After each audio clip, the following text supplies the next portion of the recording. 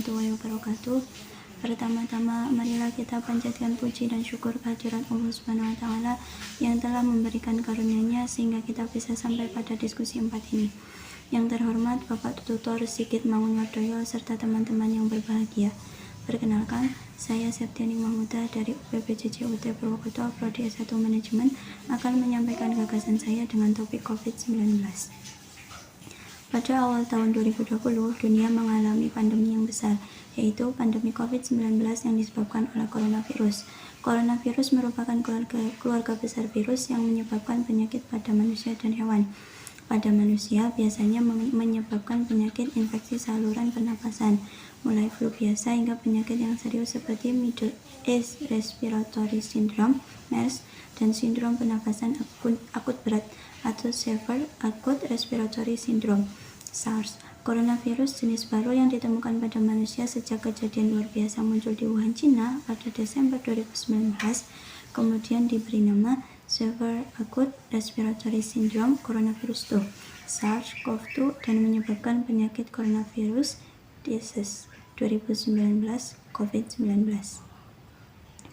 Gejala umum COVID-19 ini berupa demam 38 derajat, batuk kering, dan sesak napas. Jika ada orang yang dalam 14 hari sebelum muncul gejala tersebut pernah melakukan perjalanan ke negara terjangkit atau pernah merawat atau kontak erat dengan penderita COVID-19, maka terhadap orang tersebut akan dilakukan pemeriksaan laboratorium lebih lanjut untuk memastikan diagnosisnya. Seperti penyakit pernapasan lainnya, COVID-19 dapat menyebabkan gejala ringan termasuk pilek, sakit tenggorokan, batuk, dan demam. Sekitar 80% kasus dapat pulih tanpa perlu perawatan khusus.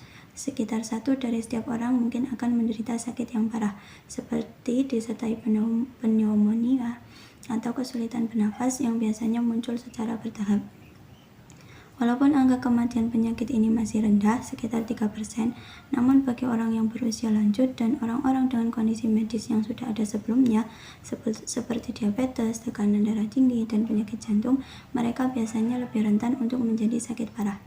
Melihat perkembangan hingga saat ini, lebih dari 50% kasus konfirmasi telah dinyatakan membaik, dan angka kesembuhan akan terus meningkat.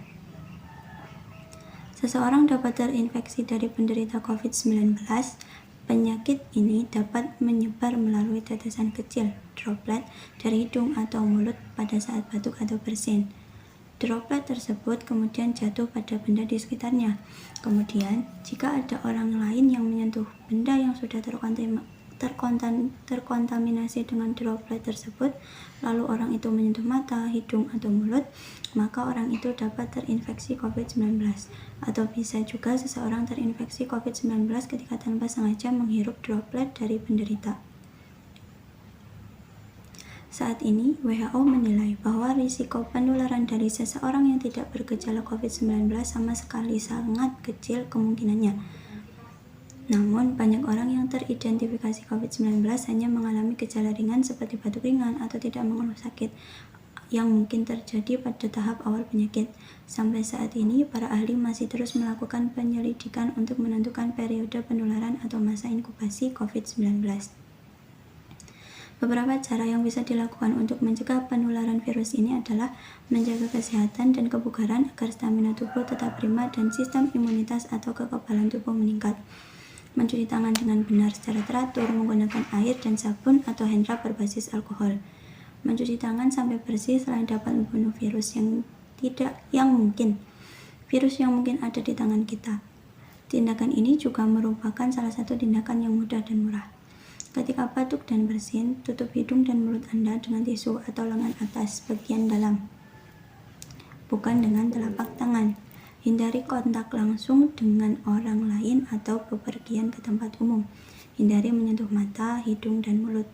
Gunakan masker dengan benar hingga menutupi mulut dan hidung ketika Anda sakit atau saat berada di tempat umum. Buang tisu dan masker yang sudah digunakan ke tempat sampah dengan benar, lalu cucilah tangan Anda. Kemudian menunda perjalanan ke daerah atau negara di mana virus ini ditemukan. Hindari bepergian keluar rumah saat Anda merasa kurang sehat, terutama jika Anda merasa demam, batuk, dan sulit bernapas. Segera hubungi petugas kesehatan terdekat dan mintalah bantuan mereka. Sampaikan pada petugas jika dalam 14 hari sebelumnya Anda pernah melakukan perjalanan, terutama ke negara terjangkit, atau pernah kontak erat dengan orang yang memiliki gejala yang sama. Ikuti arahan dari petugas kesehatan setempat. Adanya pandemi COVID-19 ini membawa dampak yang cukup signifikan bagi kehidupan masyarakat dari berbagai aspek. Pembatasan sosial dilakukan oleh pemerintah. Ketika keluar rumah harus selalu memakai masker, menjaga jarak 1 meter dari satu sama lain, dan juga sering mencuci tangan pakai sabun selama 20 detik. Kebiasaan baru ini harus kita terapkan untuk mengurangi penularan virus COVID-19.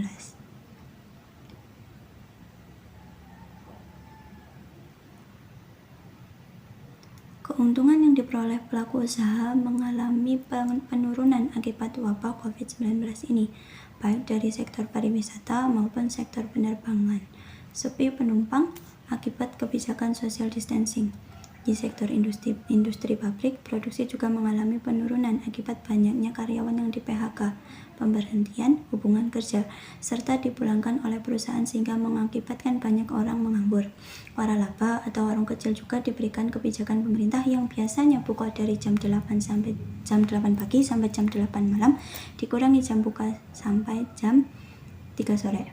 Penggunaan uang digital untuk membeli barang karena uang kertas merupakan perantara penyebaran virus COVID-19 yang mudah menular, sehingga banyak orang menggunakan uang digital untuk menghindari penularan virus COVID-19.